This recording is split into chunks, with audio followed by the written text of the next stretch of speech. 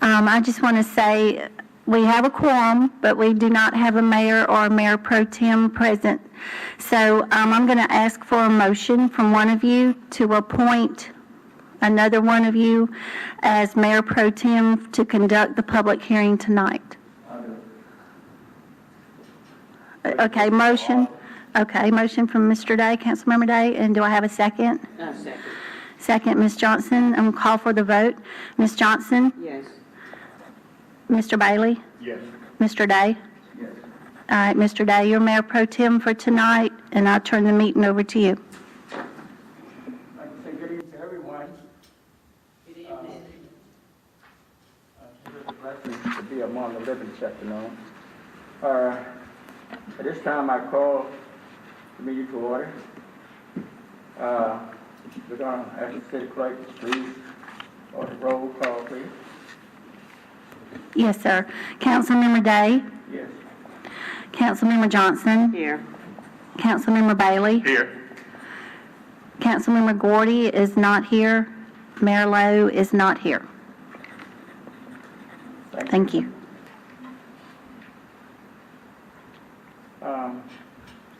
There is something as Mayor Pro Tem for tonight.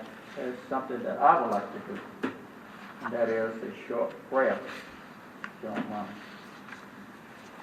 Father God, we come once again with our hearts and our hearts. Lord God, we come thanking you for this blessed day. We thank you for this meeting. We thank you for those that came out to this meeting. And Father God, we have some blessings upon everybody that attended this meeting this evening. Give us a mind and a heart to do what's right and make the right decision, Father God. And Father God, we pray that our mayor be safe on his way, Lord God. And Lord, bless the absent body of this council, Dr. Gordy. Lord God, go with him and his family wherever they are. Just bless the entire city as a whole, Lord God. We ask these blessings in the mighty name of Jesus Christ. Amen. Amen. We proceed on city manager budget message. Okay, thank you, Mr. Day. I'd like to first thank you all for giving us the opportunity to present this 2022-2023 budget to you all and to any of the members of the citizens that's in our attendance. I'd like to also thank the department heads and their departments for working diligently on this and the preparation of this through the fire department, through Ms. Copeland, King Copeland and her staff, and getting all this work done and prep. We go through a lot getting these things done. You know, we have meetings that a lot of people in the preparation of getting to this point that people don't really see. It takes a lot year in and year out to take care of these things. This one right here has been a pretty difficult budget this year because of the things that we've had to face, not just here but throughout our nation, what we're facing. And you all see what it entails. But I'm not going to try to keep you long. I'll wait and see after this is over, after the message is read, and see if there's any questions, and we'll answer those. But I'd like to ask Ms. Liberta King Copeland to come forward to read the budget message.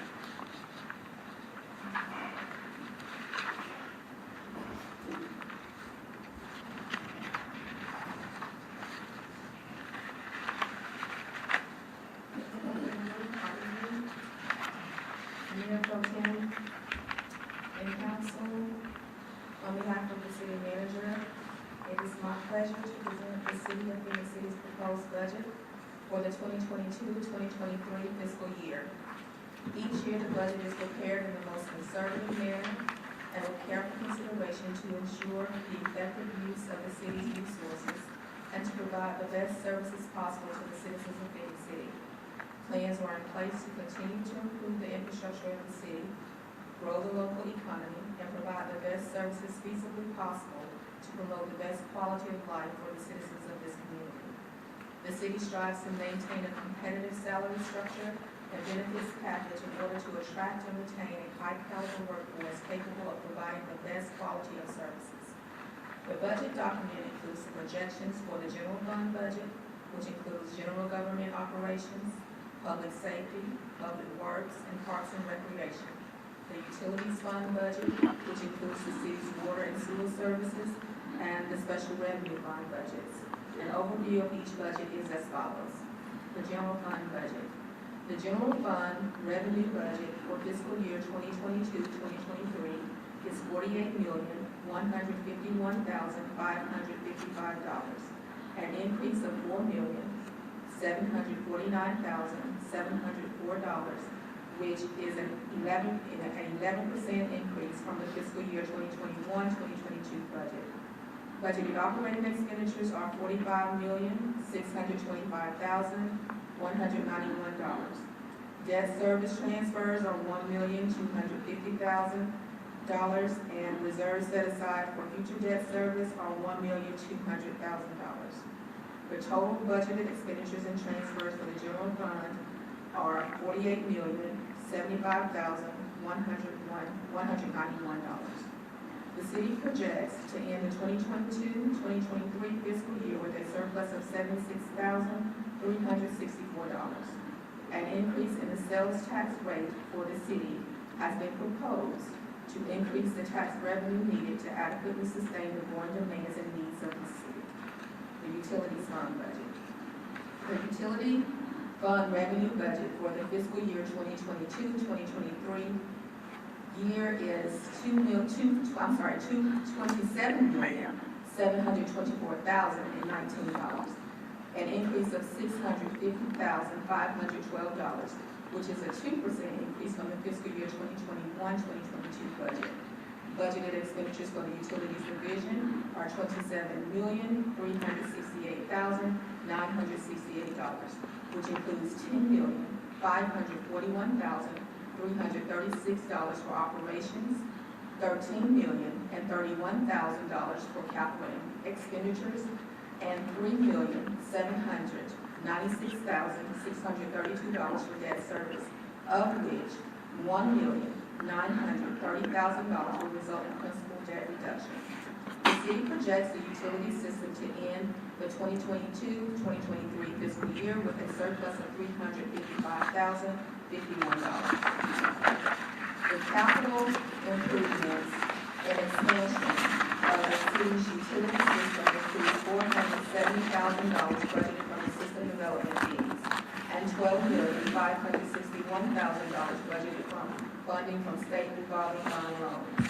Requirements for the improvements and expansion of the wastewater treatment plant will be partially funded and funding received from the American Rescue Plan Act of 2021. A rate study was done this fiscal year of the utility system's fee structure.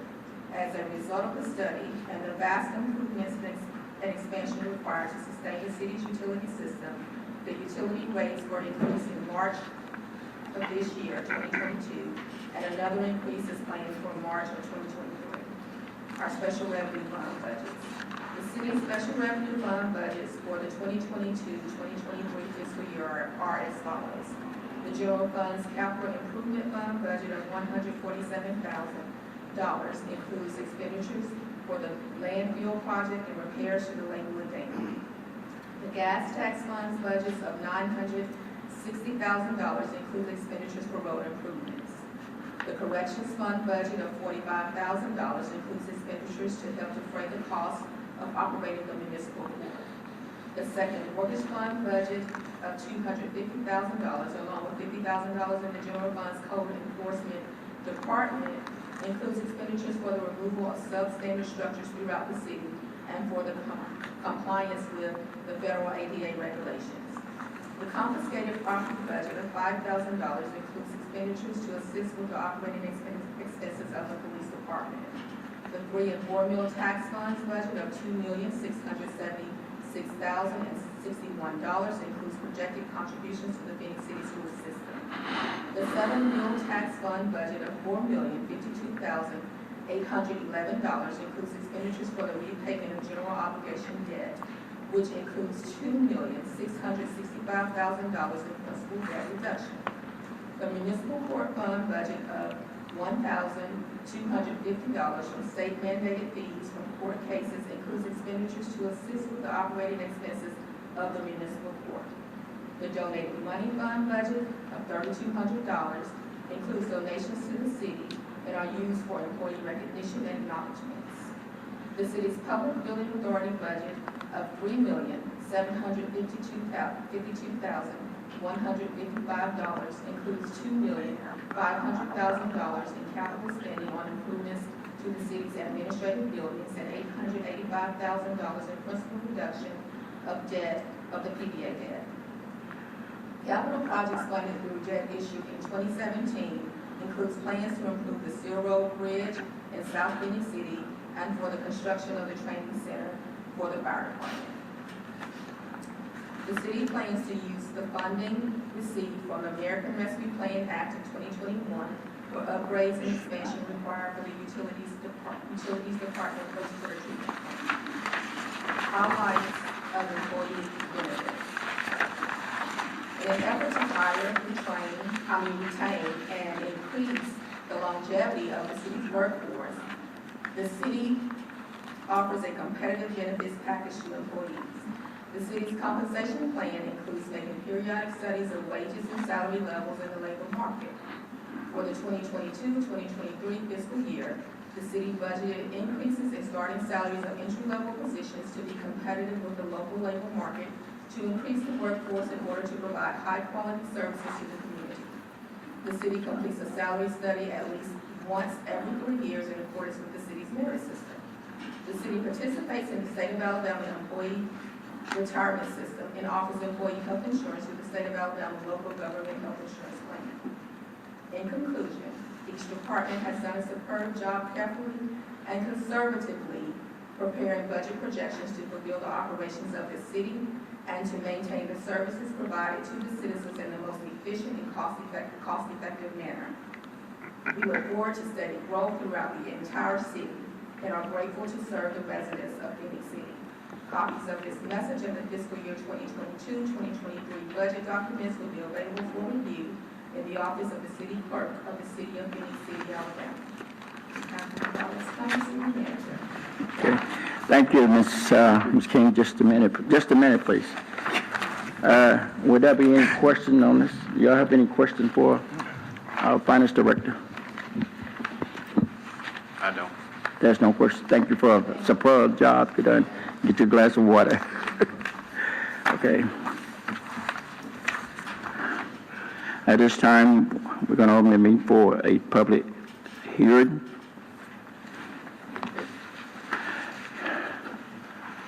Does anyone wish to come forward? It's a public hearing for our citizen. Have any question or anything?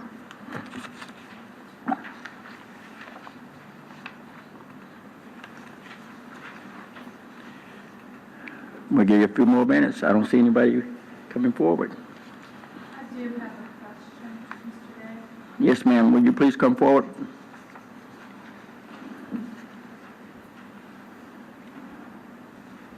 Good evening.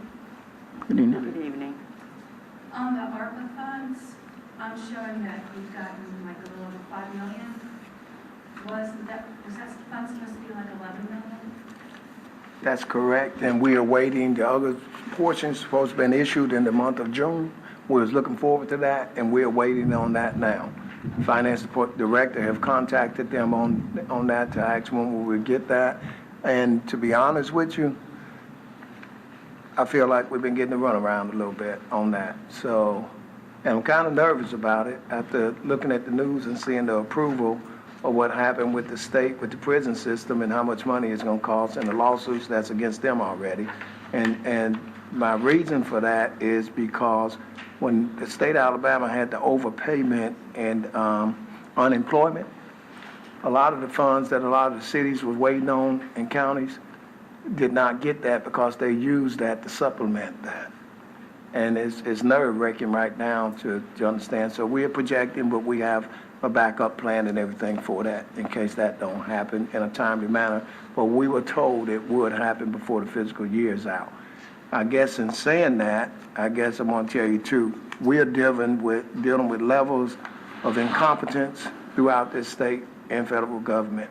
With things being in the situation they are, a lot of people are retiring and running away from jobs. And to get an answer is like going fishing sometimes. So I'm just going to tell you the way it is. It's been nerve-wracking because, and that's why I tell people it's so fortunate to still have the nucleus of our staff holding together. They're working them to death, but at the same time, we are fortunate to still have veterans that stand around and not running away. Okay. Thank you, Mr. Hunter. Thank you, Tony. Would there be anyone else have any question on the budget message, or anything on the budget? I want to say something. Mr. Hunter. Time. Okay, and it's just time for me to say these things. Now, this is very important for this city. It is. And we have a couple of people in the audience. And throughout the year, you get these questions, why and how come? And what is this for? But even with people having elections and having council people elected, where is the support of them, of you all, too, when we have these type meetings? To just sit up here and say then, well, everybody must be satisfied, then if nobody's here to either be in support of it or even question anything. So you wonder throughout the year, where do the criticism come from? And how does it come that way? So I try to leave here with a positive attitude of saying that, okay, people are satisfied with what we are trying to do. But I really would appreciate people really just fasten themselves down to a seat and watch the world news and watch what's going on around us and understand what we are having to do, even looking at the proposed thing about if anybody was going to complain about the tax change. This would be the time to be here. Exactly. If they want to, question that or ask, so we can give them the answers. Why, I appreciate the citizens for the story that was written in there this week, and it explained pretty good what's around us. But I want people to understand, and please, if you don't have nothing else to do, if you got time, go to YouTube on your phone, anything, and look at cities that didn't make critical decisions when it was time, and look what happened to them, the demise and the destructions of those cities to overcome things when they didn't make their mind up. The decisions we have to make are hard, and they are tough. They're real tough, and you look and you don't want to put anything on people, any burden, but at the same time, you have to change. You have no choice. What's happened to us over the past few years, if you look, you would see the inflation rate, you see 9.1 yesterday. But when you look, it's passed around to everybody and everyone. You can't stand still with the increase in everything. We have things that's tripled the price of them, and they have gone up. So it has to be passed around. You have people, and you feel sorry. There's a lot of things you don't want to do, but if you don't do them, it's to the demise of this city. And hopefully with the growth and the movement of the city right now, with people moving out and the plans for the downtown area and throughout the city, that we retail. I have a list of things that's on here now that I was prepared to answer questions for people if they came here to ask those questions. And I guess I'll do that during the council meetings that go on, because we have growth in every district here and new things that's been through the engineering and planning department, where people would need to know when they want to ask a question, how do you plan to do this along with what you plan to do? And that's more or less what we got taxes here and the retail growth and how we bring in other revenues. And what wasn't mentioned in the Citizen, though, was this, and they did an excellent job on the story, but I hate for them to leave out sometime the next door neighbors of Columbus that's 500 people short in workers, the competition. What we have right next door is not just Auburn and Opelika, and I know they don't have but so much room to write, and they try to cover us real good, but when you're up against that, right, your next door neighbors to compete even against Fort Benning and the whole area that's there for people with jobs, and the pay is going up, like I say, everywhere, and fast food restaurants and everything else. So it's hard to convince a person that you can't stand up in a fast food restaurant under air conditioning and make $15,000, $16,000, $17,000 an hour, but you can work out here in 100-degree weather for $10 an hour. It's changed, folks. Everything has changed on this. The mentality, the thoughtfulness, and everything else. That's why I'm looking at the hospitality market around here, and you look and you see throughout the nation at 1.4 million people short. You take a look and say, because people have said, you all need us now. And this, at this time, you know, a lot of people are looking and say, at our worst time, this is the way you treat us. Well, for them, that's a good time to treat you this way. You know, that's the way it works. So we have got to do things to pay people a lot of time what they feel like they should be making and taking care of, because on their behalf, with inflation, those same people are getting letters in the mail that their rents are going up $300 and $400 a month. That's right. Where is it coming from? You can't condemn them, and we have people that come here. We have over 400, close to 500 people that's full-time workers, and there's about 100, almost 100 that's part-time. These people are facing a lot of different things, so the money with inflation, it does have to rotate. What we are pulling in and where we are going in taxes to pull up, we are paying back out to the people that's got to pay these rate hikes everywhere else. It's not something that the city is keeping. The city has got to be able to take care of their personnel so that they can service this city. We are a commodity. Just like something that's sitting on the shelf, we sell services of people here at the city. And that's what people look for, to be serviced. And that's what we got to always remember. You know, like I say, my time's getting short here, but I have the opportunity to learn a lot working for this city over the years, just about 40 years now. And it is serious that people do pick up a good understanding of how this government functions. And we have done I think, a decent job in trying to make sure we were trustworthy, to where, because people don't trust government a lot of time, and they have good reason not to. But when you open the doors and you are transparent to open the doors for people to come in and check the books and check the records, they have opportunity. The answer is not always yes, but the answer is not always no either. But you will have opportunity to sit down with the people here and get an explanation for whichever reason, so that they can show you how this works and how it's mandated.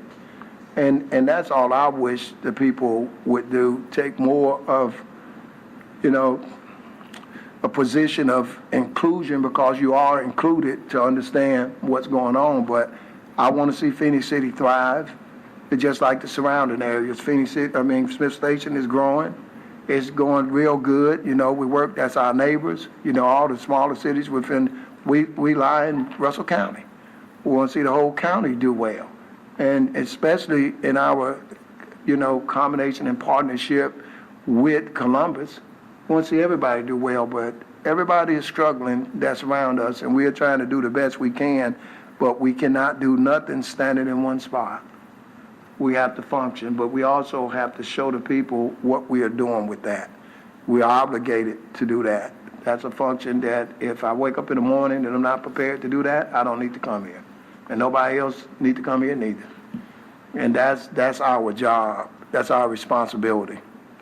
You know, it may sound corny to some people, but get out the business if you're not going to do it that way. That's the only way to do it. That's the only acceptable way. I think we've added some good new personnel to our staff that's here. It's going to help us grow even more. And like I say, not to be so long-winded, but I was hoping I would have a little more of an audience here so that we could really have some tough questions, so that I like being challenged. You know, we need to be challenged sometimes, you know, at a time like this where it's an open forum for that, so people can get the explanations and the understanding of what we really do, you know. Hold us accountable, you know, because things are going to happen in government. But I want people to thirst to know more. I want people to be like a sponge and absorb it, because when you do those things, you have a better understanding of what's going on around you. And that can happen for our citizens that's in this city, because we have a lot to face. We are not out of this at all.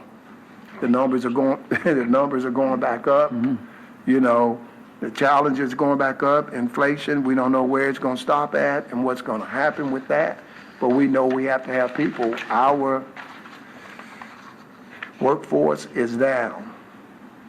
And it's, you know, and it's tough. It's tough on a lot of people to come here to work. They're doing the job of 2 and 3 people sometimes to get these things done. So it's a good place to work at. It has a good future. You know, everybody may not see it that way, but I think a lot of people have came here and stayed a long time, and it's provided for their families, and it's going to provide for them way into the future. And we have things that we've put in place for recruitment and to make sure that we can retain people. But the things that we bring before you all, we bring them before you all because it's things that we feel that must happen to sustain where we're at this point and to try to grow further. Thank you all. I thank you, Mr. Hunter, for that need to be said. You know, I was hoping our citizen would be here as well. A lot of our citizens be here because this is the place to ask the question. When you're talking about the dollars and what was spent here and there, they had the opportunity. This is the opportunity for them to ask the question. But nevertheless, we urge our citizens, if they want to know something, go visit our city clerk office or go on the website. And let us not get out in the community and assume how these monies is spent. You know, let us come with factual. Okay, that was the public hearing, and we closed that, and we were down to discussion of the budget. That's what you just did, Mr. Hunter. Well, if y'all want to ask anything about, y'all want to do it, or ask a question, find time to if you need anything. I know what they don't see is that we had budget work session already, and a lot of questions was answered, and the public don't get to see that a lot of time. Right. Okay. But I want to make sure they understand it's not just tonight. We went through, you know, days and times of preparing this to get to this point. 2 or 3 months. That's right. Well, Mr. Hunter, you know, it seems like we're in pretty good shape for a city our size. You That's know, correct. look to you and your staff looking, I'm going to say, the head of the game, you know, and that's good. One of the things that I always ask this question, I guess, every meeting, that we are still have the AA rated. Is that right? That's correct, Mr. Dan. And we always ask that question because everywhere I go, I brag about our rating here in Phenix City. We realize that Phenix City is the economic engine for the whole county here, you know, and that's a good thing. And like I said so many times, the county and even the school board use our rating. I don't know what the school board use our rating now since they're on their own. And that's very important to talk about too right now. We know we've had a change in this city, and you have 4 major things to go on in this city that runs this. We said in Russell County, you have a county government, you have us, you have school system, you have a housing authority. Those are 4 major functioning bodies That's right. that have to take care of the people of this city. Okay, we've had a change recently. Housing authority change, and there's some things that have to be looked into there, but at the same time, the backbone, if something go wrong there, That's right that here. falls on the city. That's right. The school system, you've had a change there. Things gonna have to be looked into there and what standings they are in. If something happens there, it Falls on the falls city. on the city. That's right. Our county government, because the bulk of citizens live inside of the city limits, which is the city of Phenix City. If something go wrong there, that falls on the city. That's right. So if anybody ever think we have a surplus of funds or revenue being put up for services, that's right. If we don't do that, we will have a problem because that would cause problems with our ratings if we couldn't make sure they were okay. That's right. So we're not just taking care of things for the city of Phenix City. We have to make sure that we can take care of things for the other agencies if something was to go wrong with them. And that's what I try to make sure we do. Mr. Hunter, while you're on that, would you go ahead and elaborate on the district that are in Phenix City that it belongs to the county and the Phenix City is taking care of that district? I think about 3 districts. Well, it's 4. Mostly 4. It's a fifth one, portion of the fifth one in there. And it's part of the 6. There's only one that's really completely out of the commission seats that's on the county commission. But it should be double service inside the city, especially and completed 4 of the commission seats that's set there in the city for the citizens. And they should be not only calling, if they have a question or something, calling their council person in that district, they should also be calling the commissioner. That's right. And put them to work, because a lot of people don't understand when they talk about taxes and property taxes, the property taxes go to Russell County government, and it's dispersed and distributed from there throughout. So you do take care of that government also. That's right. And a lot of people don't understand that or look at that. So that's the way this thing's been set up for a long time. So it's a lot of coverage they should have, just like in the police jurisdiction, you have double courts, but you have coverage throughout the whole city with the sheriff department combined with the police department. That's right. So a lot of people, once they learn that and understand that, they know they have a lot of services around them. Thank you, Mr. Hunter. Yes. One of the things I always said that wish to be redundant here, I think I was talking to some of the citizens. I said every rooftop outside the city, the county get all the tax revenue from that rooftop. Every rooftop in the city, they get a portion of that as well. So the Phoenix City is really, we are taking care of the county, not taking care of, but we play the important part in the county government as well. Okay, we're still there in discussion. Maybe some of the council have a few questions. Anybody? I'm fine. Ms. Johnson? I do have one. Under the general fund budget, so the proposed tax increase, which the projection for the 2022-23 fiscal year surplus of that 76,000 and some change, is it based off the approval of the proposed sales tax? No, ma'am. No, ma'am. We couldn't get ahead on that. We put that together, but like we told you all when we was having the work sessions, we couldn't put the appropriate changes in the rates for the personnel where we got to go to unless we have that. If that's voted and passed, then I can go in by charter and make adjustments after October 1st. Charter allows me to do that. But we can't get to where we need to be at for competition unless we have it. And that's just part of the first phase. Thank Hopefully you. the retail growth and everything else combined with that will help us get to where we need to get to. Thank you, Ms. Johnson. Thank you, Mr. Hunter. Appointed Mayor Pro Tem, I have one more, if you wouldn't mind. Yes, ma'am, go ahead. Under the special revenue funds budget, the confiscated property budget of $5,000 to assist with the operating expenses of the police department. That are we looking at the confiscated amount of $5,000, or do we already have that $5,000 that will kind of help with some of the expenses of the police department? It's not nothing, before I let the chief answer that question, those things like that is not really a part of the real budget as far as, we don't rely on that.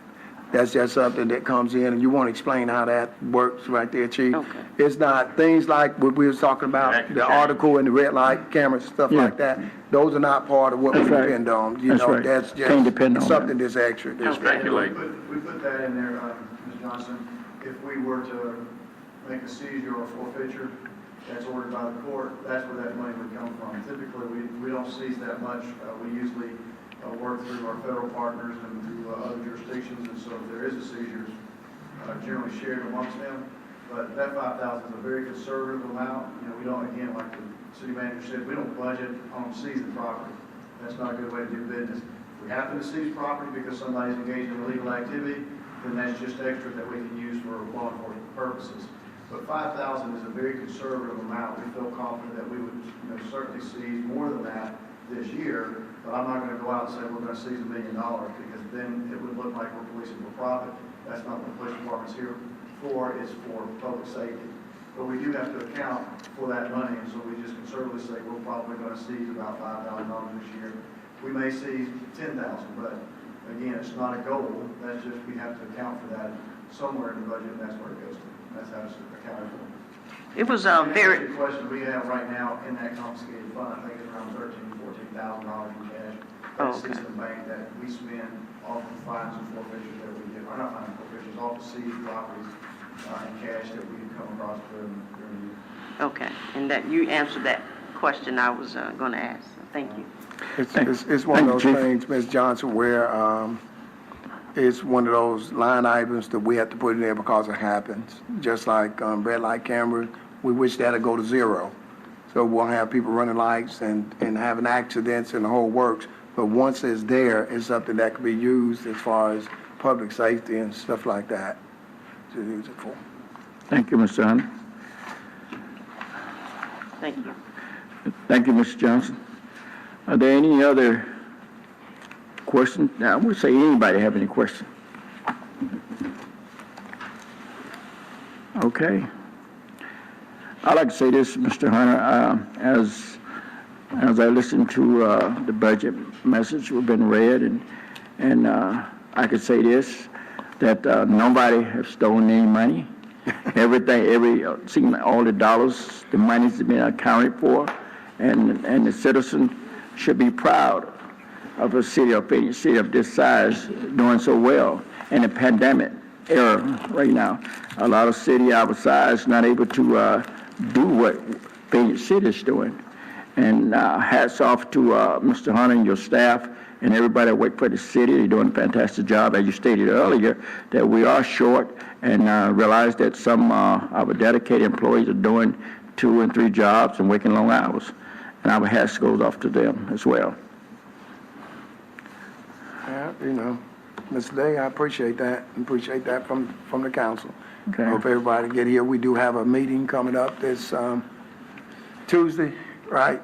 We have a meeting coming up where there'll be some things on there that seriously got to be looked at, to be put in place or voted on to move us into, we're in the last quarter of this particular budget year and move us into the one that's coming up. So we have a lot of good things that's going on. And I wonder sometimes, do people, time goes so fast, do you all realize that it's getting ready to be, in this budget, the next year, it's getting ready to be 10 years when Whitewater project started? And 2014, when we opened up everything that was there, the zip line, everything, and that we are hosting the World Cup, all these things that people talk about. They're fantastic, That they think may not be instantly to happen, but look, it's grown to what it was projected to do. We will have so many citizens coming through here. We're going to start this year and going into next year for that particular project. And looking around at 431 and 280, we have in the middle of the city, we have several new projects that they should be going up, like I say, that's come through the planning and engineering departments and fire and police, everybody has to check off on these things, building department, that's coming up. We just got to get there, but we know it's promising. And it's not just there, it's on paper now, that we will be getting there. We should have, the only, like I say, the sad thing that goes along with it is this pandemic and inflation situation that we in, and that is going to be a forced recession just to come out of it. Those are the steps that you got to go through. And I think once we can get out of that or get to another situation, we should, I say we thrive in Phoenix City if the people would just have some patience with us. We usually thrive and come through these things pretty good because we work through them. You can't just sit on your hands and think something's going to happen. You have to continuously work. And it's tough showing up here. I get a report each morning from the departments on how many people we have working in those departments. And sometimes it's sad to see the percentage in the different workforces and the divisions that goes there. And I get that from these departments through HR. And look at the numbers that's there. But the competition that's around us, where people are trying to steal our employees and trying to recruit them from us, a lot of the stuff we started, and a lot of ideas we started, and people copied a lot of these things. And you can look for that. Anything that you do good, you can look for somebody to try to steal it. That's right. But at the same time, we have to compete to make this happen and make sure people understand and have a love and a, dedication and a commitment to Phoenix City. And that's where we got to go with this thing. I probably was prepared, to be honest with y'all, I was prepared to talk tonight. I had a good 2 days. I had to think about so much, but it's important. Yeah. And I've been trained not to lay down when things are tough. When I lay down, it's going to be lights out. But we have to do a good job for this place. So I'm gonna leave that alone. I've talked too much. Well, you did a fantastic job, Mr. Hunter. Our citizens need to hear such as that. Reason I smile, one of the things that you say a lot of city copy of ideas. I had the opportunity to go out and, was last year sometime, I think. I had the opportunity to go out and pay my taxes out there in city of Smith Station. So I got the opportunity to talk to the mayor, Bob Copeland there. He showed me through his facility there, and he said, look, this is what we got you all idea, where you had the council pictures in the government center out there. He said, this is a good idea. We got that from the city of Phenix, said from you all. I said, it's fine. You know, people does copy your ideas. Okay. Well, anybody else have anything on their mind? Anybody? Okay, if not, I declare this property here and close. Am I forgetting anything, missing anything? If nobody have anything, we stand adjourned. Thank y'all for coming out tonight.